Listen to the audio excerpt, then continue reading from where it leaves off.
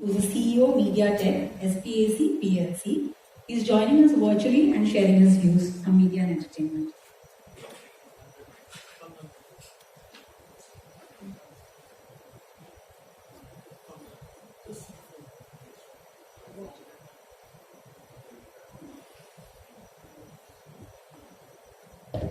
Mr. John Matane is joining from London. Okay.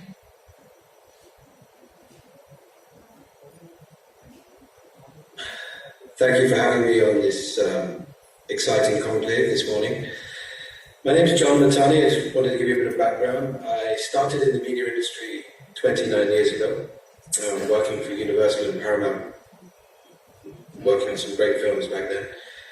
I also trained at that time to become an accountant, and then soon after I joined Warner Brothers. I was at Warner Brothers for 19 years and was very fortunate enough to work on some of the greatest films that were being released, including all the 8 Harry Potter films, Dark Knight Rises, Superman, Batman, and a host of others.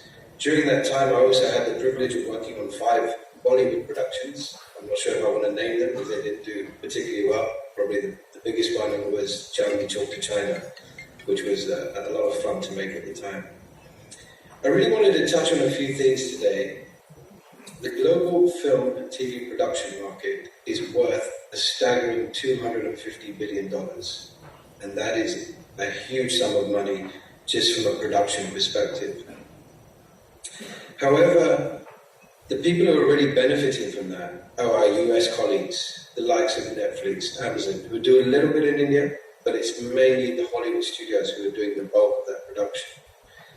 And this is a really big opportunity for Indians, not just only in India, but Indians around the world. Because we have to look at the industry as from a... How do we consume content? Content, if we look at how we consume content many, many years ago, content was very much broadcast driven. You had to see what was broadcast. Whereas today, content is demand-driven. With the proliferation of devices that we have, with the choices of where we consume content, content has never been more driven at any other stage than it is today. And so there is a huge opportunity going forward, because I anticipate today it's 250 million, but within 10 to 20 years, this figure will be in excess of $500 billion worldwide in terms of the global TV production market alone. And India produces more content than any other country in the world. Whether you look at Bollywood or you look at what happens in the Tamil sector, or in Telugu, or in Punjabi, or in Gujarati, or in Malayalam, India produces more content, but unfortunately, most of that content sits in India. What we need to look at, revitalize our strategy to take content globally. That's the important thing. Why does a lot of US content travel so well? Because they do simple things like they dub content, they subtitle content well. We haven't really thought of our strategy of how we grow globally. Is really important today. Identifying the fact that there is a real strong demand for content. We also need to look at the various opportunities, but we need to act fast, because media has definitely benefited during the pandemic. Lots of people added their Hotstar subscription, or their Star Plus subscription, or their Sony Plus, because they've had lots of time to watch TV. Let's not lose that momentum. Let's build upon that, and let's cap greater audience in the global audience that we have today. Thank you very much. Thank you for having me. Thank you. Thank you so much, sir. We sincerely appreciate you joining us from London, and it definitely gave us an insight into the opportunities in the sector. We now welcome Dr. Vidya Yeradekar, who is the Pro-Chancellor, Symbiosis International, and Principal Director, Symbiosis. Dr. Vidya is also the Chairperson of FICCI Higher Education Committee. She has been appointed as member of IBEF and is elected member of our, that is SEPC's Governing Council. Ma'am, over to you. She's also joining us virtually from Pune today. Thank you. So thank you very much. And I've been listening to all the speeches and amazing speeches, and a lot of statistics that we gathered. And I'm glad that I think every speaker made a mention of education, training, in each of their speeches. And I'm very glad to speak on education as a service that can be exported. And we all know that education or healthcare, these are two services that are still treated as charitable services, and therefore to link these two services to export is not something that is really accepted through the Indian mindset. But I'm very glad that education is now one of the champion services as declared by the Ministry of Commerce, and we're doing a lot in promoting higher education abroad and trying to attract a large number of foreign students to India. I'm a medical doctor by training and now in the education space, and in fact I'm looking forward to Dr. Devi Shetty's speech, because healthcare and education are two of these services which attracted scholars and I would say patients to India since times immemorial. We are aware of the Nalanda University in modern Bihar, which is now recreated into a Nalanda International University now, and it was one university which existed from the 4th to the 12th century. It was one of the world's largest universities, with having one of the world's largest libraries, and invited scholars from various parts of the world, including Persia, Turkey, Japan, Korea, and several other places. And along with the Nalanda, we had Takshashila, we had Vikramshila, and several such ancient Indian universities that attracted a large number of foreign students, scholars, teachers, etc. But after that, there was a decline, and during the British rule, we all saw that the Macaulay system of education created babus to work for the British, and we never concentrated on really attracting students from all over the world. Later, of course, post-independence, we concentrated more on massification of education, expansion of education to create opportunities for our own Indian students to learn and get educated, and therefore, again, a concerted effort on exporting Indian education wasn't done. And I remember my stint as a member of the University Grants Commission in 2006 to 2012, when I actually promoted a concept called Promotion of Indian Higher Education Abroad, a committee that was formed called Pyne. And we did try, to promote Indian higher education, but even at that point in time, the UGC had a very, very meager budget of just 1 crore rupees, which even didn't get exhausted by the end of the year, because again the argument was that let us take care of our own students first and then look at attracting foreign students. But I'm very happy that since the last few years there has been efforts by various government bodies and of course even universities by themselves to attract foreign students to India and exporting education services abroad. If you really look at the statistics is not great. I mean, presently we have, the statistics shows by the Ministry of Education shows that in 2019-20 we just have about 49,000 foreign students as against 47,000 in 18 and 19. The representation was of 164 countries that has grown to 168 countries. And if you look at the Indian students going abroad, there are more than 10 lakh Indian students that go abroad.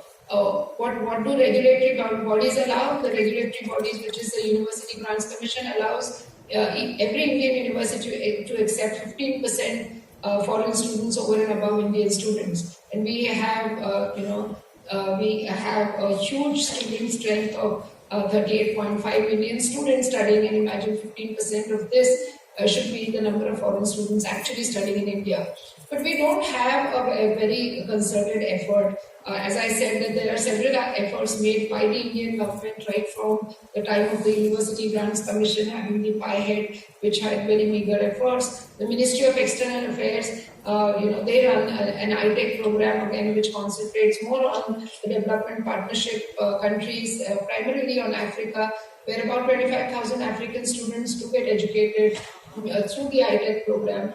We also have the ICCR, again a body which gives a large number of scholarships to foreign students to come and study from Afro-Asian countries, but primarily Afghanistan, where they give almost 5,000 scholarships to Afghanistan students. You now have EDSIL, again PSU under the Ministry of Education, which has targeted about 30 countries, more so neighboring countries, from where they attract foreign students. They offer scholarships. And of course SEPC, which I feel should be the nodal center to actually coordinate this activity of promoting, education as a service and trying to export education as a service. So there could be several strategies by which we can increase, the number of foreign students coming to India physically. Of course, during the pandemic, we definitely saw a huge growth in online education that we provided for ourselves, for our own Indian students, but we also saw a huge growth of edtech companies that came in. And if you look at the statistics, the Indian edtech industry has grown to 3.5 billion US dollars. Will grow to 3.5 billion US dollars by 2022. And presently, India is the second largest e-learning market next to the US, which is expected to reach $1.96 billion with an enrollment of 9.5 million users or students.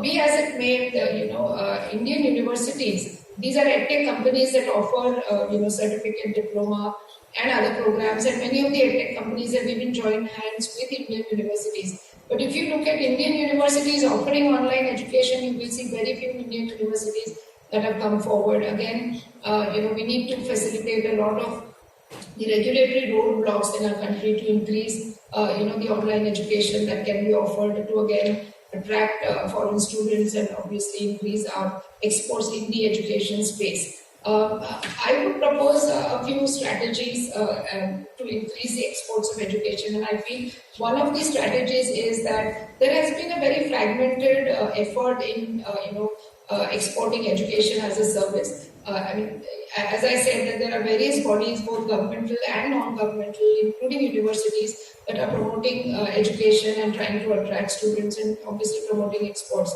in education. But we need a concerted effort. We need a nodal agency, and I personally feel SEPC is and should be the nodal agency to actually join hands with all the other bodies, and so that there is one arm of the government that we can project as exporting education. Now, we also need an interministerial approach, because education is not just dealt by the Ministry of Education, but there are other players as well. As someone said, I think Mr. Darpan Jain said in his speech that the Indian embassies outside need to play a major role when it comes to promoting exports, and I'm talking for education. If you look at Indian embassies in countries from where really students come, not many have the knowledge of the Indian higher education system, and we know that foreign students who go to these Indian embassies to ask for information about education, they don't find much.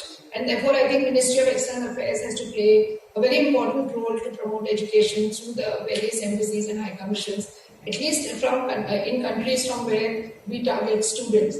The third is, of course, the Ministry of Home Affairs and Ministry of Commerce. MHA, because visas is again a big problem. We had a large number of foreign students who actually came to study English in various universities and various, even some companies that provided English education. But suddenly, for some reason, the Indian government decided that short-term visas will not be offered to students. Now, it could be for security reasons, it could be for specific countries, but because of this one, with a large number of students that came from Iran, from non-English speaking countries to India to learn English have now stopped, and many of them would obviously continue for higher education in India, but this has seen a huge fall since the last almost 4 to 5 years. So it has to be an interministerial approach between MEA, Ministry of Education, Ministry of Commerce, and the MHA, and an attempt was made by the Niti Aayog 2 years ago, where the Vice Chairman of Niti Aayog actually convened a meeting of all these ministries and their representations. But and we did discuss a lot about the issues that hampered obviously export of education services, but not much has happened after this. The third strategy should be to boost online education. As I said, that though edtech companies have come up, there are a huge number of regulatory blocks, I would say, for Indian universities to offer online degree programs. And I'll give you a few examples. The top 100 universities that are ranked by NIRF can actually offer, or Category 1 universities as ranked by University Grants Commission can actually offer and have the autonomy to offer online education. But when it actually comes to delivering online education or getting approvals from these bodies, we have to go through a regulatory mechanism. There is a regulation for distance and online education, and it's not as easy as we think. And this also actually decreases the number of enrollment of students, because if Indian universities and top Indian universities are allowed and are given the autonomy to offer online degree programs, then you would see a large number of foreign students enrolling for these online degree programs, and therefore that really needs to get a boost. Again, when it comes to participation in education fairs, this also gets there is no nodal agency, and again here SEPC can play a major role, because I have attended a few education fairs abroad, and when Indian universities get represented, either they go by themselves or there is some agency that takes them. And there is no one agency that can actually collect the best Indian universities, the top 100 universities, and those can be projected for exporting education. So we need to have a nodal agency, SEPC, and I'm definitely going to work on this with Abhayji and Manikji, and of course now Mr. Talati, that we need to identify the NIRF ranked top 100 universities, select them, and tell the government, tell the Ministry of Education that these should be the top 100 universities that should participate, for exporting Indian higher education. Again, basketing courses, and when I say this, let me just explain that there are certain countries from where students come for certain courses. If you look at African students, many of them come for computer science, for medicine, paramedicine, nursing, and many of them even come for pharmacy and agriculture. So, we need to promote these kind of courses in these specific countries. So, actually basketing the courses and promoting them in specific countries can be again a strategy by which we can increase the exports of education. And of course, as we talk about ease of doing business, there should be ease of doing business for Indian universities, because not everything is well when it comes to the regulatory authorities, and therefore at least these top 100 universities or the category 1 universities should get the autonomy from the regulatory bodies to allow them to export Indian education. And with all this, I'm sure that the numbers of 49,000 or 47,000 that we see today will definitely and certainly increase to about at least 200,000 students in the next 2 to 3 years. And I'm sure with SEPC doing these efforts in years to come, I don't see any reason why these numbers cannot be achieved. And with the dynamism of the present body, that has been elected, and of course with Dr. Mr. Manik Tawar, who's always promoted education, healthcare, and some other services, I'm sure we will definitely see this change of the exports increasing in the education sector, with a boost to the edtech space, with the boost to the online programs that are offered. Dubai Expo is the next thing that we are looking forward to in December, between 12 to 18 December, and I hope that in the next 1 month, if we can really put together all our efforts, we can actually see the impact of what we are talking about right now in the Dubai Expo, and we can definitely see a large number of students, at least from West Asia, from Middle East, coming into Indian universities or joining online programs through the various edtech platforms that we offer. I'm very certain that the age-old concept of India becoming a Vishwa Guru will certainly be regained, and I'm very hopeful and optimistic. Thank you very much. Thank you, ma'am.